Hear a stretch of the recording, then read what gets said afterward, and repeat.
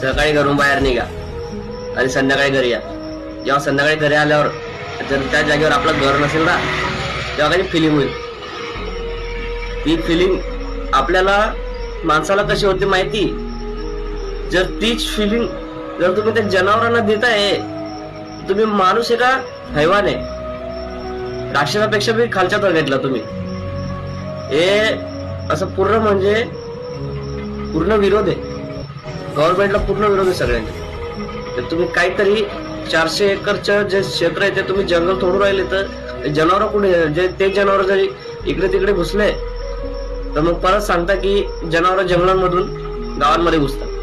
तर प्लीज हात जोडून रिक्वेस्ट करतो की तुम्ही हे जंगल तोडू नका. बस त्या जनावरांना बेघर करू नका.